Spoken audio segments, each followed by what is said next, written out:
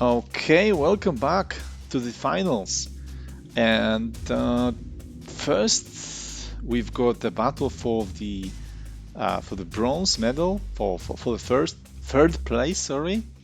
And on one side, we've got Ornstein and Smog by Snack.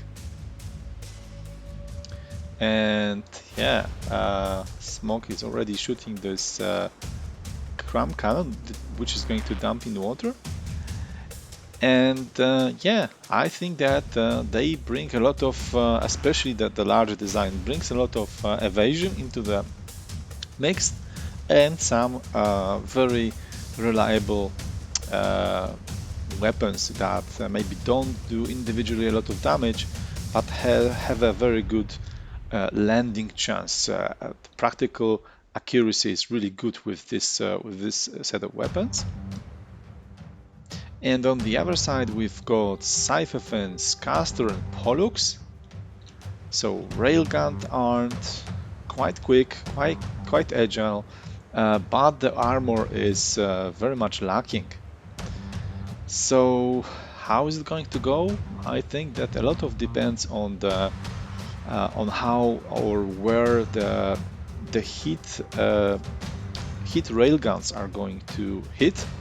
So if they are going to target some good area like armor store or AI compartment, then they are going to do a lot of damage and end the battle quickly.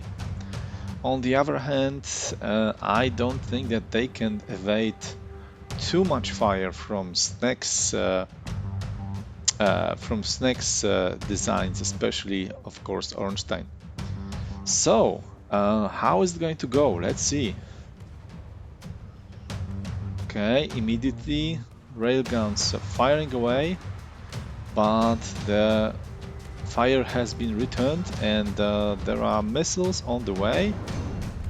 Okay, stripping some blocks, and looks like actually the railguns are still to land the first hit.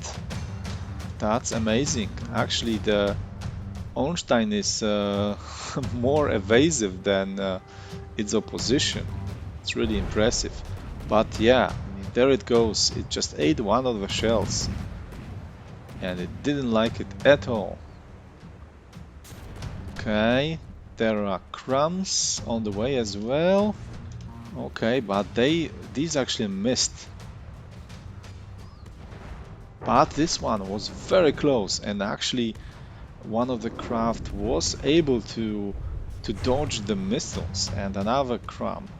Okay, so they are getting a very dangerously close to those to this cram cannon. It can be uh, it can be quite problematic, but Ornstein just ate a very good salvo, and it's in a deep trouble. I think that yeah, it's going to be over very soon for Ornstein.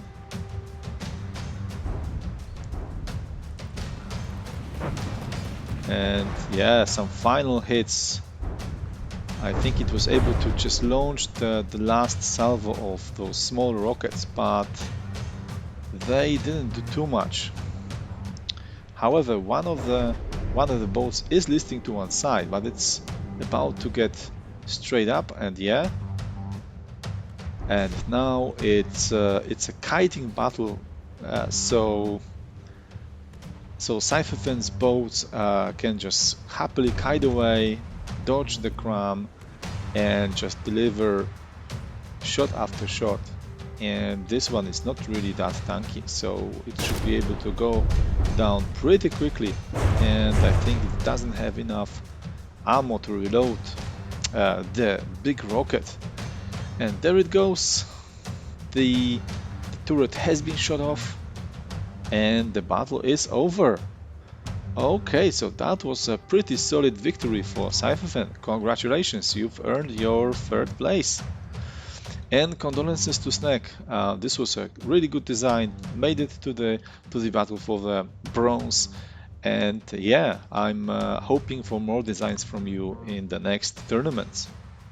All right, so let me reload the battle and now go for the final final battle in the tournament. It's going to be for the gold, of course, and silver.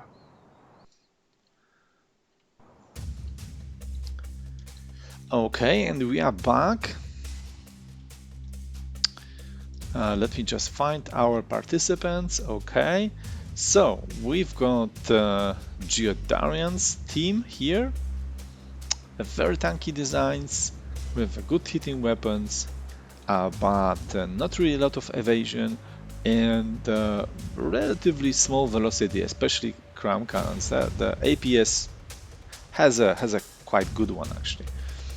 All right, so this is Geodarian's team, and on the other side we can find Ohm's team, so not the boat you are looking for, and please no. And these are armed, of course, with cram cannons, but I think that the cram mortar is actually a kind of a secondary coup de grace kind of weapon, just to finish off the opponent. But I think the main weapon are actually those rockets, which are hit. So good evasion, maybe not perfect, but yeah, good speed and changing the course very often, and hard hitting weapons as well.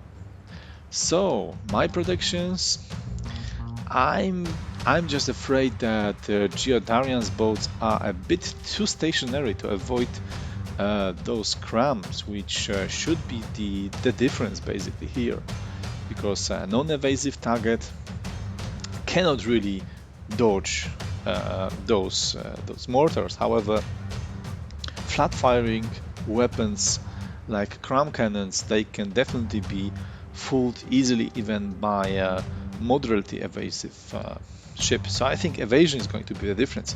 But is it going to actually be like that? Will luck play its role here?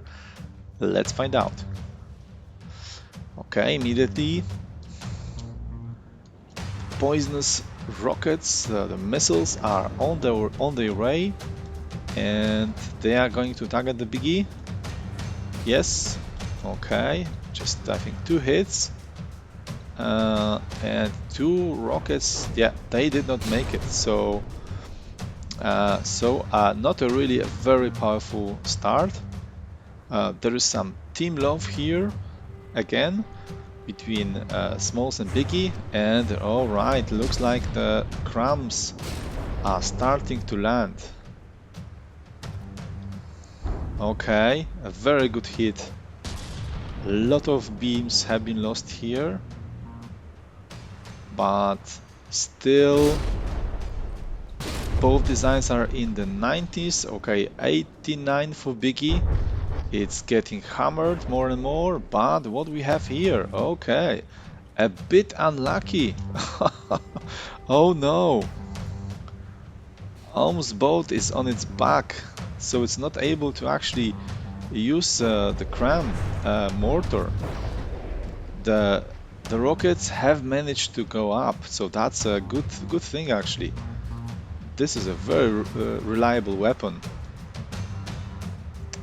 But yeah, when it's on its back, it cannot shoot that mortar. Okay, looks like this boat is actually recovering, and looks like the rockets have been actually reloaded. Okay, some shots fired from underneath. I'm not sure if the armor down under is good enough to take those hits. Okay, solid salvo, but again, it's fast enough to dodge most of the damage. Okay, APS landed. This is quite exciting battle. It's still not resolved after 2 minutes.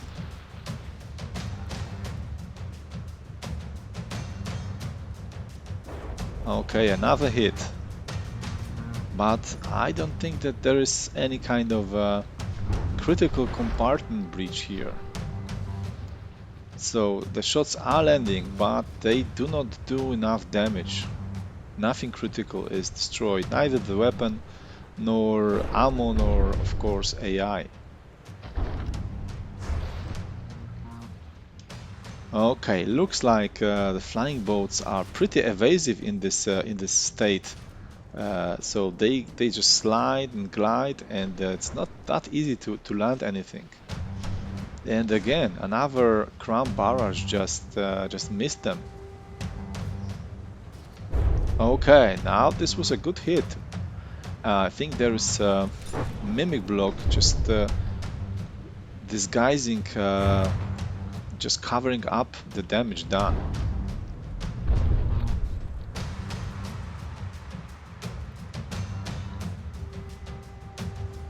Okay.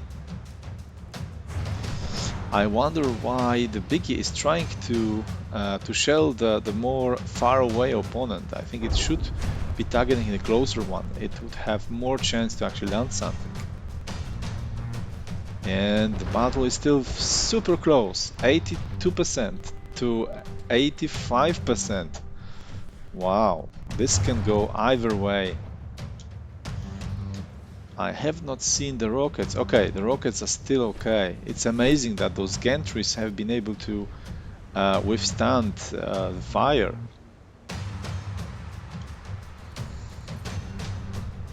And this one, yeah, also reloaded. But I'm really impressed by the big and small's ability to actually withstand those hit shots. So it's really fantastic. Yeah, there's a lot of gaps in the armor, so I think it's able to do that really good, to just take those hit rockets one after another. And Smalls almost intact actually, and once in a while it just delivered that high caliber APS snipe. Okay, that was a very close shot, but oh no, what do we have here? Time! Oh, come on. That's that's unexpected. I have never predicted that this battle is actually going to go. It's actually going to go to the distance, and with such close score. So Geodarian's team 81% in total. So Biggie is at 75%, let's call it, and 98% for Smalls. It could really tank those rockets. And almost boats, one is at 95% and the second one is at 72%, and overall 84% rounding up. Okay, so according to the rules, we have to go for the first time in the bracket phase to actually go for the beauty vote. So the beauty vote is going to decide it. That's the way it is.